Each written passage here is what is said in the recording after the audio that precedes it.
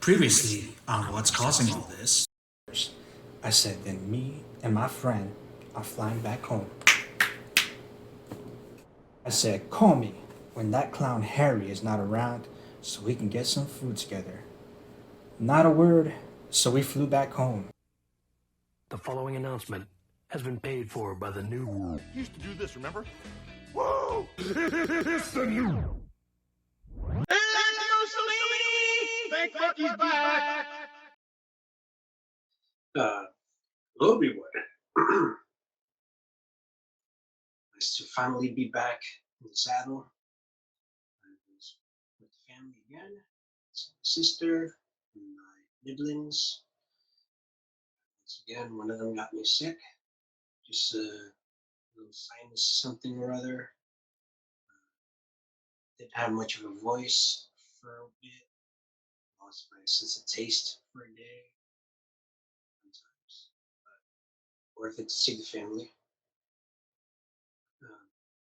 Today we're going to read chapter 8. Just titled here, doing commercials for the show and dealing with other drama. The words will pop up above me shortly.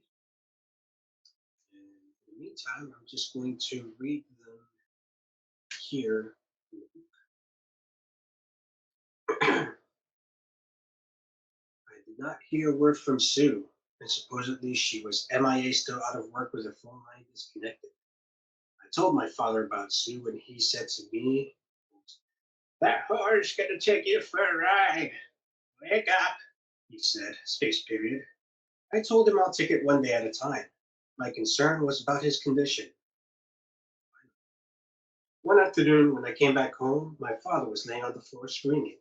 He lost his mobility and fell. I picked him up and put in the chair. I said, "Buzzard, we might need to get you a nurse."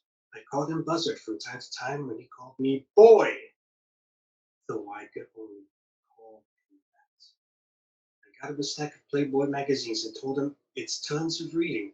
It's only if he starts calling me by my name, George.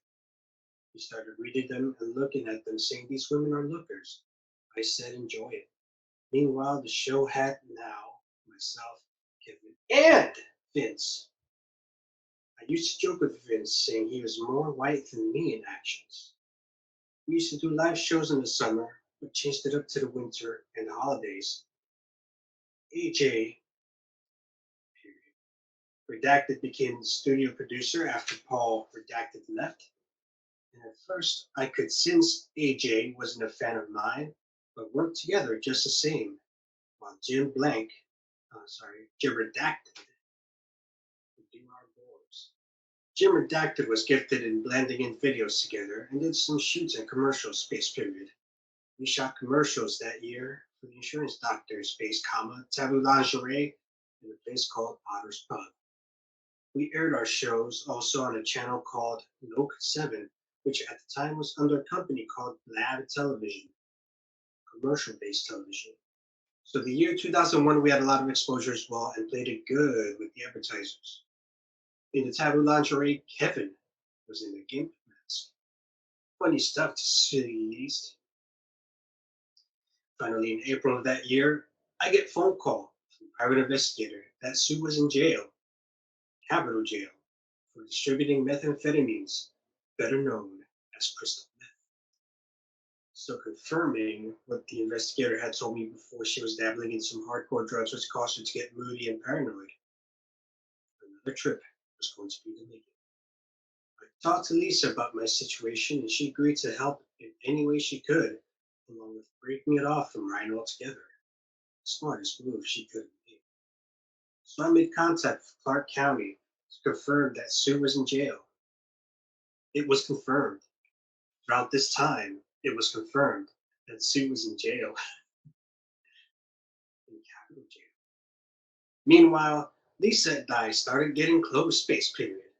I got her a job at one of the courier companies I was working for, space period. While I did on-demand work, she ended up getting a route delivering the mail route to the state of Virginia for Virginia Power. I eventually went from on-demand work to getting a route myself, period, space period. So Lisa and I were finally paired up and started doing the route together. I became fond of Lisa and had sexual tension pent up. She and I were working together a lot, but still hung up over Sue. Finally, on the third trip made to Las Vegas, Lisa flew with me, space period. Matt flew up about a week later. Ryan and Lisa, just before they broke up, made that trip to Vegas and they partook in an orgy. Lisa told me the story, and I was laughing my ass off. Ryan kept calling her through the trip to make things better with her, and Lisa was hearing nothing of it. We stayed at a cheap motel at Koval Street, the Super 8 this time. Wasn't it the Super 8 the first time? And the second time? Stay somewhere else, cheap piece of shit. Anyway, she did her thing and I did mine with the understanding she would help talk some sense in Sue's head. She had her own. I gave her a few $100s for food and entertainment. I went to the jail where Sue was at and bailed her out. Sue was excited to see me and told me she had every intention of making things right with me. I put a $1,000 bond and she was released until her court date. She told me what had happened with her house she was staying at was seized with a drug bust. She then admitted to me that she had a drug problem. She had an addiction to crystal meth. That social services threatened to take her kids from her. I was floored, but I understood.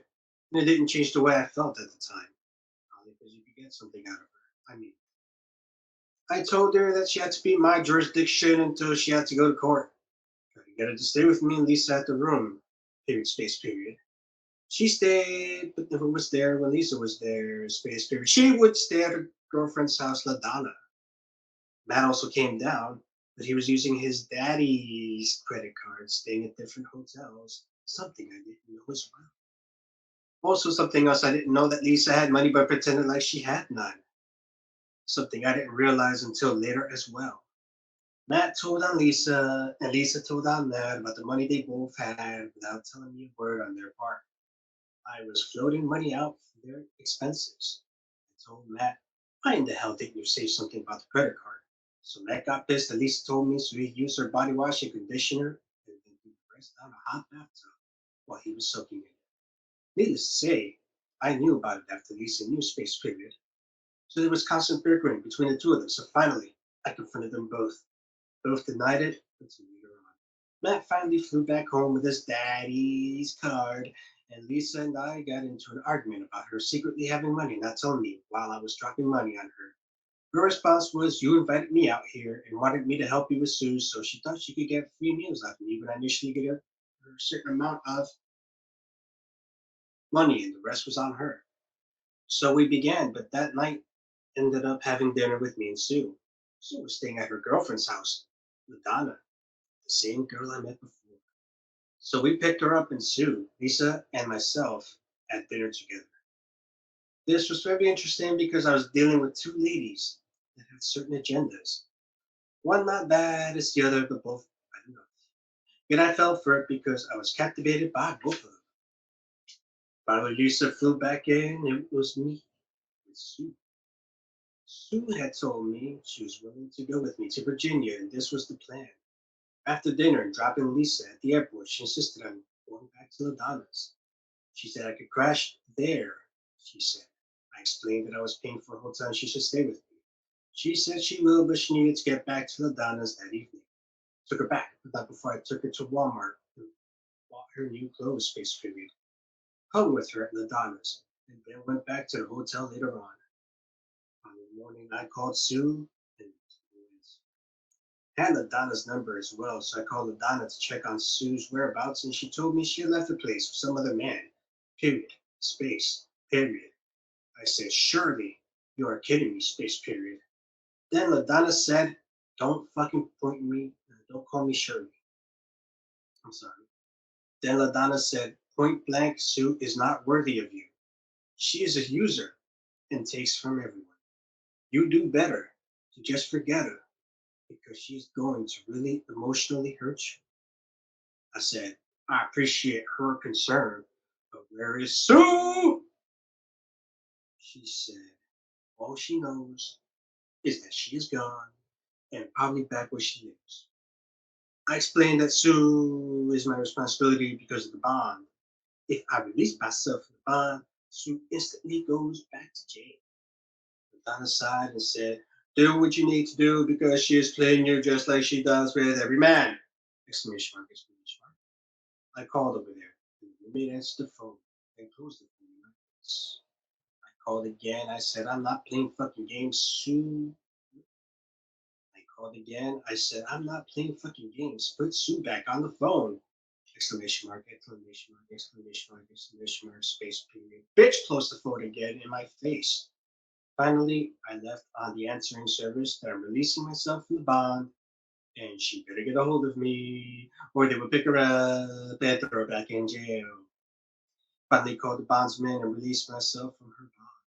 Decided it would be wise to also head myself back home. Just before I left, that son of bitch roommate started cursing me out with a return phone call, space period. I told him to go fuck himself. Then he screams, saying the police are taking her back to jail, and if I loved her, I would have released my name from her bed.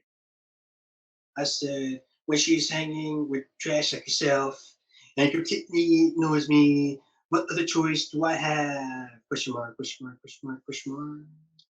I knew it wasn't over, and I would hear from her when she finally needed me. So she really needed me. So asking myself, what kind of relationship is that dealing with all the freaking drama? Taking what Madonna said kept playing in my ear to make me think that she could be right. Space. Period. And that's the end of chapter 8. One of the worst ones out there. I did not think you can make George look more pathetic and less like a good guy than a protagonist could. But here we are. Just read chapter 8. Fucking degenerate. Uh, chapter 9 coming soon. Take it easy, everybody.